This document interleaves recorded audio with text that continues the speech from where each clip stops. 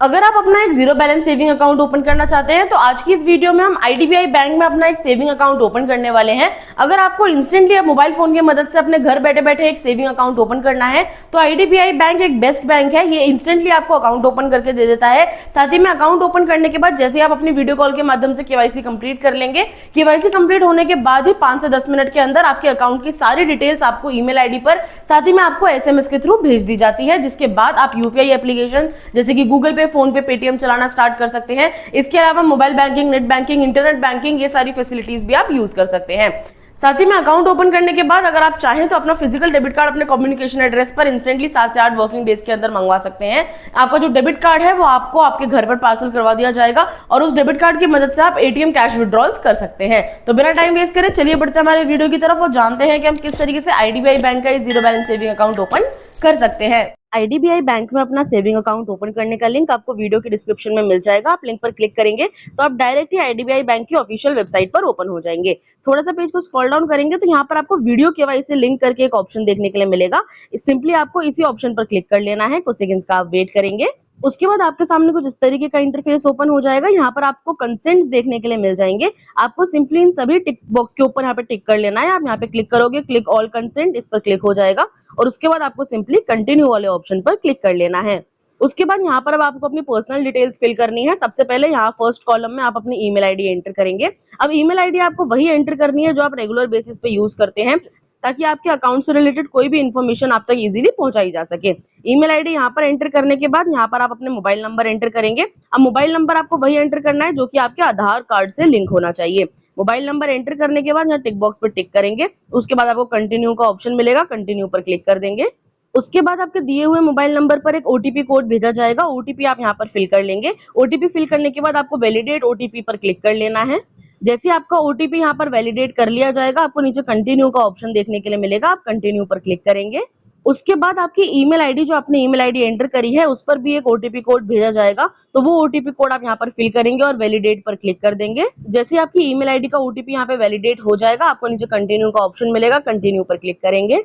आगे बढ़ने के बाद आपको इस तरीके का इंटरफेस देखने के लिए मिल जाएगा। आपको यहाँ पे स्टार्टिंग में बता दिया जाएगा कि आपको वीडियो केवाईसी के लिए जो इंस्ट्रक्शंस हैं वो दे दिए जाते हैं, जैसे कि आपका मोबाइल फोन का कैमरा और माइक्रोफोन का एक्सेस आपको होना चाहिए, साथ ही में इंटरनेट कनेक्शन अच्छा होना चाहिए। उसके बाद आधार कार्ड, ओरिजिनल पैन कार्ड, ये सारी चीजें आपके पास होनी चाहिए, जो मैं आपको आगे और बता दूंगी। अभी फिलहाल में हम सिंपली कंटिन्यू वाले ऑप्शन पर क्लिक करेंगे। अब आगे बढ़ने के बाद आप देखेंगे यहाँ पर आपको आपकी कुछ डिटेल्स देखने के लिए मिल जाएंगी। आप एक बार इनको रिव्यू कर लेंगे। अगर सब कुछ सही है तो सिंपली कंटिन्यू वाले ऑप्शन पर आप क्लिक करेंगे। अब आगे बढ़ने के बाद यहाँ पर आपसे आपके आधार कार्ड की डिटेल्स पूछी जाएंगी। सबसे पहले अपने आधार कार्ड का नंबर आप यहाँ पर एंटर करेंगे। आधार कार्ड नंबर यहाँ एंटर करने के बाद नीचे आपको वैलिडेट आधार का ऑप्शन देखने के लिए मिलेगा, इस पर क्लिक कर देंगे। जैसे आप वैलिडेट आधार पर क्लिक करेंगे उसके बाद नीचे आपको कंटिन्यू का ऑप्शन देखने के लिए मिलेगा, कंटिन्यू पर क्लिक करेंगे। अब आगे बढ़ने के बाद आपके आधार कार्ड से लिंक जो मोबाइल नंबर है उस पर एक ओटीपी कोड भेजा जाएगा। ओटीपी आप यहाँ पर फिल कर देंगे। ओटीपी फिल करने के बाद आपको सिंपली वैलिडेट वाले ऑप्शन पर क्लिक कर लेना है। वैलिडेट पर क्लिक करने के बाद आप देखेंगे आपका जो ओटीपी है यहाँ पे सक्सेसफुली वैलिडेट कर लिया जाएगा। अब मैं यहाँ पर आपको बता देती हूँ, नीचे आपको कुछ कंसेंट फॉर्म देखने के लिए मिल जाएंगे। आपको अगर अपने बैंक में, आईडीबीआई बैंक में, अगर आप गवर्नमेंट की साइड से सब्सिडीज लेना चाहते हैं तो आप पहले टिक बॉक्स पर टिक कर लेंगे। अगर नहीं लेना चाहते तो दूसरे टिक बॉक्स पर टिक कर देंगे। इसके अलावा अगर आप अपने आईडीबीआई बैंक से, इसी बैंक अकाउंट से एईपीएस ट्रांजेक्शन सर्विस लेना चाहते हैं तो आप इस टिक बॉक्स पर टिक करेंगे। अदरवाइज आपको नीचे I do not wish to enable वाले ऑप्शन पर क्लिक कर लेना है।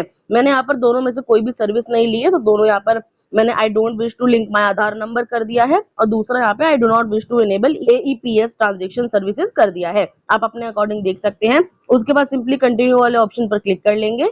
आगे बढ़ने के बाद आपको अपने कुछ पर्सनल डिटेल्स फिल करनी है। सबसे पहले अपने फादर का नेम एंटर करेंगे जो उनके आधार कार्ड पर मौजूद होना चाहिए। उसके बाद यहाँ पर आपको अपनी मदर नेम एंटर करना है, साथ ही में मदर का मेडन नेम यानी कि शादी से पहले जो उनका सरनेम था उस सरनेम के साथ उनका नाम आप यहाँ पर एंटर कर लेंगे। डेट ऑफ बर्थ आपको यहाँ पर देखने के लिए मिल जाएगा, ये आपके आधार कार्ड से ले लिया जाता है। उसके बाद यहाँ पर आपको अपना मैरिटल स्टेटस बताना है, यानी कि आप सिंगल है, मैरिड है, अपने अकॉर्डिंग सेलेक्ट करेंगे। जैसे आप यहाँ पे अपना मैरिटल स्टेटस एंटर कर लेंगे, यहाँ पर आपको मैरिटल स्टेटस कोड देखने के लिए मिल जाएगा। उसके बाद यहाँ पर आपको अपनी एजुकेशन बतानी है, यानी कि आपने कितनी पढ़ाई करी हुई है। आप 10th पास है, 12th पास है, ग्रेजुएट है, अपने अकॉर्डिंग आप सेलेक्ट कर सकते हैं। पेज को स्क्रॉल डाउन करेंगे तो यहाँ पर आपसे आपका रिलीजन पूछा जाएगा, यानी कि आप किस जाति किस धर्म के हैं। आप हिंदू मुस्लिम सिख ईसाई अपने अकॉर्डिंग सेलेक्ट कर सकते हैं। रिलीजन कोड यहाँ पर ऑटोमेटिकली आ जाएगा, यहाँ आप कुछ फिल नहीं करेंगे। उसके बाद यहाँ पर आपको अपनी कैटेगरी बतानी है, आप जनरल है, ओबीसी है, एसटी है, अपने अकॉर्डिंग सेलेक्ट करेंगे और यहाँ पर आपको कैटेगरी कोड देखने के लिए मिल जाएगा। नीचे आपसे पूछा जाता है कि आप डिफरेंटली एबल्ड हैं, यानी कि आपके हाथ पैर सब कुछ सही सलामत है। आप सिंपली यहाँ नो वाले ऑप्शन पर क्लिक कर देंगे कि आप डिफरेंटली एबल्ड पर्सन नहीं है और उसके बाद सिंपली कंटिन्यू वाले ऑप्शन पर आप क्लिक कर देंगे। अब आपके आधार कार्ड पर जो आपका एड्रेस मौजूद है वो यहाँ पर आपको देखने के लिए मिल जाएगा। आप एक बार इसको चेक कर लेंगे, पेज को स्क्रॉल डाउन करेंगे तो यहाँ पर आपसे पूछा जाता है कि यही आपका परमानेंट एड्रेस है और मेलिंग एड्रेस है, यानी कि आप इसी एड्रेस पर रहते हैं। आपका जो डेबिट कार्ड है, चेकबुक है, पासबुक है, आपको इसी एड्रेस पर भेजा जा सकता है। अगर आपका ये मेलिंग एड्रेस है, आप अपना डेबिट कार्ड, चेकबुक, पासबुक इसी एड्रेस पर मंगवाना चाहते हैं तो यहाँ पर दोनों टिक बॉक्स पे आप टिक कर देंगे। लेकिन अगर आप नहीं मंगवाना चाहते, इस एड्रेस पे दूसरे एड्रेस पे मंगवाना चाहते हैं तो आप इन दोनों टिक बॉक्स को अनचेक करेंगे और आगे बढ़ने के बाद आपको अपना कम्युनिकेशन एड्रेस डालने के लिए बोला जाएगा। जब जहां पर भी आप रहते हैं अभी फिलहाल में, वो एड्रेस आप एंटर कर सकते हैं। मैं इसी एड्रेस के साथ जाऊंगी, दोनों टिक बॉक्स पर टिक करके सिंपली कंटिन्यू वाले ऑप्शन पर क्लिक करेंगे। आगे बढ़ने के बाद आपसे आपका एम्प्लॉयमेंट डिटेल्स पूछा जाएगा। यहाँ पर आपको ऑक्यूपेशन टाइप सेलेक्ट करना है। इसमें आप बताएंगे आप बिजनेस करते हैं, आप हाउसवाइफ हैं, प्रोफेशनल हैं, रिटायर्ड पर्सन है, सर्विस में है, डिफेंस में, आप अपने अकॉर्डिंग यहाँ पे कोई भी ऑप्शन सेलेक्ट कर सकते हैं। उसके बाद यहाँ पर आपसे आपका सोर्स ऑफ इनकम पूछा जाएगा, यानी कि आप किस तरीके से अर्निंग करते हैं। अब जैसा कि मैंने हाउसवाइफ सेलेक्ट किया था तो यहाँ पर मुझे ऑप्शन देखने के लिए मिल रहे हैं agriculture, business, inheritance, investments, other, salary. अगर आप हाउसवाइफ हैं या फिर आप स्टूडेंट हैं और आपको यहाँ पे फैमिली इनकम लिखना है, अगर आप खुद अर्न नहीं करते हैं तो अदर वाले ऑप्शन को आप सेलेक्ट करेंगे और अदर वाले ऑप्शन में आप यहाँ पर देखेंगे आपको स्पेसिफाई करने के लिए बोला जाएगा। तो यहाँ पर आप लिख सकते हैं कि आप फैमिली इनकम से अर्न करते हैं। यहाँ पर आप फैमिली इनकम लिख दीजिएगा या फिर पॉकेट मनी लिख सकते हैं, कोई भी ऐसा ऑप्शन आप यहाँ पे लिख सकते हैं जो एक हाउसवाइफ या फिर स्टूडेंट को प्रोवाइड किया जाता है। अगर आप सैलरीड सेल्फ एम्प्लॉयड है तो आप अपने अकॉर्डिंग सेलेक्ट कर सकते हैं कि आपका सोर्स का इनकम क्या है। उसके बाद यहाँ पर आपको अपनी मंथली इनकम बतानी है, यानी कि आप महीने का कितना कमाते हैं वो एंटर कर लेंगे। उसके बाद यहाँ पर आपको बताना है कि आप कितना अमाउंट रूट कर सकते हैं अपने अकाउंट में, यानी कि आप अपने अकाउंट से कितनी ट्रांजेक्शन करने वाले हैं। एक एक्सपेक्टेड अमाउंट आप यहाँ पर एंटर कर सकते हैं कि आप पूरे साल में कितना खर्चा इस अकाउंट से कर सकते हैं। सारी डिटेल्स यहाँ पर फिल करने के बाद आपको सिंपली कंटिन्यू वाले ऑप्शन पर क्लिक कर लेना है। अब आगे बढ़ने के बाद आपसे यहाँ पूछा जाता है कि आप नॉमिनी ऐड करना चाहते हैं। अब नॉमिनी वो होता है अगर आपके साथ कोई दुर्घटना हो जाती है या फिर कोई मिसहैपनिंग हो जाती है तो आपका नॉमिनी बैंक जाकर के आपके अकाउंट से पैसे को विड्रॉल कर सकता है। अगर आप नॉमिनी ऐड करना चाहते हैं तो यस वाले ऑप्शन पर क्लिक करेंगे, अगर नहीं करना चाहते तो नो वाले ऑप्शन पर क्लिक कर देंगे। मैं आपको यहाँ पे नॉमिनी ऐड करके दिखा देती हूँ। तो यस वाले ऑप्शन पर क्लिक करेंगे, टिक बॉक्स पर टिक करेंगे और कंटिन्यू वाले ऑप्शन पर क्लिक कर देंगे। उसके बाद आप यहाँ पे नॉमिनी की डिटेल्स फिल करेंगे, जैसे कि नॉमिनी का नाम आप यहाँ पर एंटर करेंगे, नॉमिनी की डेट ऑफ बर्थ आप यहाँ पर एंटर कर देंगे, उनके संग आपका क्या रिलेशनशिप है वो आप यहाँ पर एंटर करेंगे, वो आपके husband, wife, mother, father, brother, sister कोई भी हो सकते हैं, वो आप यहाँ पर एंटर कर देंगे। आपको यहाँ पे रिलेशनशिप कोड अपने आप ही देखने के लिए मिल जाएगा। इस ऑप्शन में आपको कुछ फिल करने की जरूरत नहीं है, आपको सिंपली टिक बॉक्स पर टिक करना है और कंटिन्यू वाले ऑप्शन पर क्लिक कर लेना है। आगे बढ़ने के बाद आपको नॉमिनी का एड्रेस फिल करने के लिए बोला जाएगा। अगर नॉमिनी आप ही के एड्रेस पर रहता है तो आप अपना एड्रेस यहाँ पे एंटर कर सकते हैं। एड्रेस लाइन 1, 2 में स्टेट एंटर करेंगे, सिटी एंटर करेंगे, पिन कोड एंटर करेंगे। स्टेट कोड और सिटी कोड ऑटोमेटिकली ले लेगा, आपको यहाँ पे कुछ भी फिल करने की जरूरत नहीं है। सारी डिटेल्स फिल करने के बाद सिंपली कंटिन्यू पर क्लिक करेंगे। आगे बढ़ने के बाद यहाँ पर आपसे और कुछ डिटेल्स पूछी जाती हैं, जैसे कि आपकी टैक्स से रिलेटेड। सबसे पहले आपसे पूछा जाता है आपने किस कंट्री में बर्थ लिया है, तो यहाँ पर इंडिया ऑलरेडी सेलेक्टेड होता है, आप अपने अकॉर्डिंग यहाँ पे इसको चेंज भी कर सकते हैं। उसके बाद यहाँ पर आपसे पूछा जाता है कि कौन से स्टेट में आपने बर्थ लिया था, यानी कि आप कौन से स्टेट में पैदा हुए थे वो आप यहाँ पर एंटर कर लेंगे। प्लेस ऑफ बर्थ भी आप यहाँ पर एंटर करेंगे। उसके बाद आपसे पूछा जाता है कि आप इंडिया के बाहर भी टैक्स पे करते हैं, अगर करते हैं तो यस वाले ऑप्शन पर क्लिक करेंगे, नहीं करते तो नो वाले ऑप्शन पर क्लिक कर देंगे। उसके बाद सिंपली कंटिन्यू वाले ऑप्शन पर आपको क्लिक कर लेना है। अब आगे बढ़ने के बाद यहाँ पर आपको अकाउंट टाइप सेलेक्ट करने के लिए बोला जाएगा। अकाउंट टाइप में आपको मल्टीपल ऑप्शन देखने के लिए मिल जाते हैं, जैसे कि यहाँ पर आप देख सकते हैं सबसे पहला है एडवांस सेविंग अकाउंट। अगर आप इस अकाउंट को ओपन करेंगे तो आपको मिनिमम बैलेंस बना करके जो रखना होगा वो अर्बन एरिया में, यानी कि मेट्रो सिटीज जो होती है जहाँ पे मेट्रो चलती है उसमें 10,000 का मिनिमम बैलेंस बना करके रखना होगा। और वहीं अगर रूरल एरिया है, गाँव साइड का एरिया है, तो 2500 या 1000 रुपए तक आपको इस अकाउंट में मिनिमम बैलेंस बना करके रखना पड़ेगा। दूसरे अकाउंट की बात करें तो यहाँ पे एडवांटेज प्राइम सेविंग अकाउंट में आपको, आप कहीं पर भी रहते हो, आपको 5000 रुपए मिनिमम बैलेंस बना करके रखना ही पड़ेगा। और साथ ही में एडवांटेज सुपीरियर सेविंग अकाउंट की बात करें तो मेट्रो सिटी में आपको 10,000 रुपए, सेमी अर्बन ब्रांच में 5,000 रुपए, रूरल ब्रांच में 2500 रुपए और रूरल एफआई ब्रांच में, यानी कि जो बिल्कुल ही ढीठ गांव होता है, वहां पर आपको 1000 रुपए मिनिमम बैलेंस बना करके रखना पड़ेगा।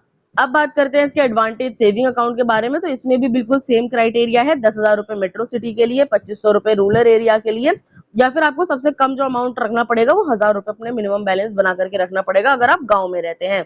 आज की इस वीडियो में मैं advantage prime saving account open करने वाली हूँ। आप अपने अकॉर्डिंग कोई भी अकाउंट जो आपको सूटेबल लगता हो वो आप अपने अकॉर्डिंग यहाँ पे सेलेक्ट कर सकते हैं। मैं इसी अकाउंट को सेलेक्ट करूंगी। इस पे सेलेक्ट करने के बाद सिंपली कंटिन्यू वाले ऑप्शन पर आप क्लिक कर देंगे। आगे बढ़ने के बाद यहाँ पर आपको ब्रांच सेलेक्ट करने के लिए बोला जाएगा। तो अभी आप फिलहाल जिस जगह पे रहते हैं, जिस स्टेट में रहते हैं, वो स्टेट यहाँ पर एंटर करेंगे, सिटी यहाँ पर एंटर करेंगे। उसके बाद आपके स्टेट और सिटी के अकॉर्डिंग जो आपकी नियरेस्ट ब्रांच होगी वो यहाँ पर आपको देखने के लिए मिलेगी ब्रांच नेम में। इस पर क्लिक करेंगे। आपके नियरेस्ट जो भी ब्रांच हो वो आप सेलेक्ट कर लेंगे। जैसे ही आप यहाँ पे ब्रांच नेम सेलेक्ट करेंगे, आप यहाँ पर देख सकते हैं आपको branch ID, branch pin code, branch classification, ये सारी डिटेल्स देखने के लिए मिल जाएंगी। इसके अलावा आपको कुछ भी फिल करने की जरूरत नहीं है। आप सिंपली पेज को स्क्रॉल डाउन करेंगे तो यहाँ पर लास्ट के 3 ऑप्शन आपको खाली देखने के लिए मिलेंगे। इसे आप ऐसे ही छोड़ देंगे और सिंपली कंटिन्यू वाले ऑप्शन पर आपको क्लिक कर लेना है।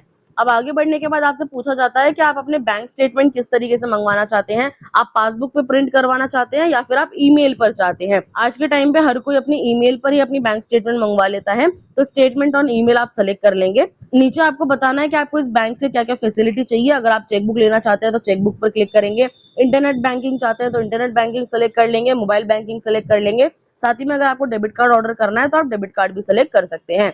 डेबिट कार्ड के ऊपर आपको क्या नाम चाहिए वो नाम आप यहाँ पर एंटर करेंगे। जैसे कि मैंने अपना नाम यहाँ पे एंटर कर दिया है।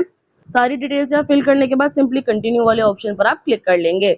आगे बढ़ने के बाद एक डिक्लेरेशन फॉर्म खुल करके आपके सामने आ जाएगा। आपको सिंपली यस वाले ऑप्शन पर क्लिक करना है और उसके बाद आप नीचे कंटिन्यू वाले ऑप्शन पर क्लिक कर देंगे। अब आगे बढ़ने के बाद आपको अपनी केवाईसी कंप्लीट करने के लिए बोला जाता है। अब केवाईसी कंप्लीट करने का जो टाइम है वो सुबह 10 बजे से लेकर 6 बजे तक का होने वाला है। अगर आप इसी बीच में अपनी केवाईसी कर रहे हैं, इसी बीच में आप अपना अकाउंट ओपन कर रहे हैं तो इंस्टेंटली आप अपनी केवाईसी कंप्लीट कर लीजिएगा। लेकिन अगर आप शेड्यूल करना चाहते हैं तो अपनी केवाईसी आप शेड्यूल भी कर सकते हैं। एक बात का ध्यान रखिएगा, अकाउंट ओपन करते वक्त आपको आने वाले 3 दिनों के अंदर अपनी केवाईसी कंप्लीट करनी पड़ेगी, वरना आपका जो अकाउंट है वो यहाँ पर ओपन नहीं किया जाएगा। वीडियो केवाईसी अगर आप अभी करना चाहते हैं तो यहाँ पर आप ये स्टार्ट माय वीडियो केवाईसी वाले ऑप्शन को सेलेक्ट कर लेंगे। लेकिन अगर नहीं करना चाहते, शेड्यूल करना चाहते हैं तो no I want to schedule it later वाले ऑप्शन पर क्लिक कर लेंगे। मैं आपको केवाईसी करके दिखा देती हूँ। तो सिंपली यहाँ पर यस वाले ऑप्शन पर क्लिक करेंगे और कंटिन्यू वाले ऑप्शन पर हम क्लिक कर देंगे। उसके बाद आपकी एक वीडियो कॉल आईडीबीआई बैंक के एजेंट के साथ स्टार्ट हो जाएगी, जो कि आपका ओरिजिनल आधार कार्ड साथ ही में ओरिजिनल पैन कार्ड चेक करता है। इसके अलावा एक व्हाइट कलर के पेपर के ऊपर आपसे सिग्नेचर करवा कर भी देखता है। जैसे ही आपकी केवाईसी कंप्लीट हो जाएगी, आपको आपके अकाउंट की सारी डिटेल्स दे दी जाएंगी। साथ ही में 7 से 8 वर्किंग डेज में आपके कम्युनिकेशन एड्रेस पर आपका डेबिट कार्ड भी आपको डिलीवर करवा दिया जाएगा। आपका यहाँ पे अकाउंट ओपन हो जाएगा। अकाउंट ओपन होने के बाद आपको जब आपकी सारी डिटेल्स मिल जाएंगी आपके अकाउंट की, तो आपको प्ले स्टोर पर आना है।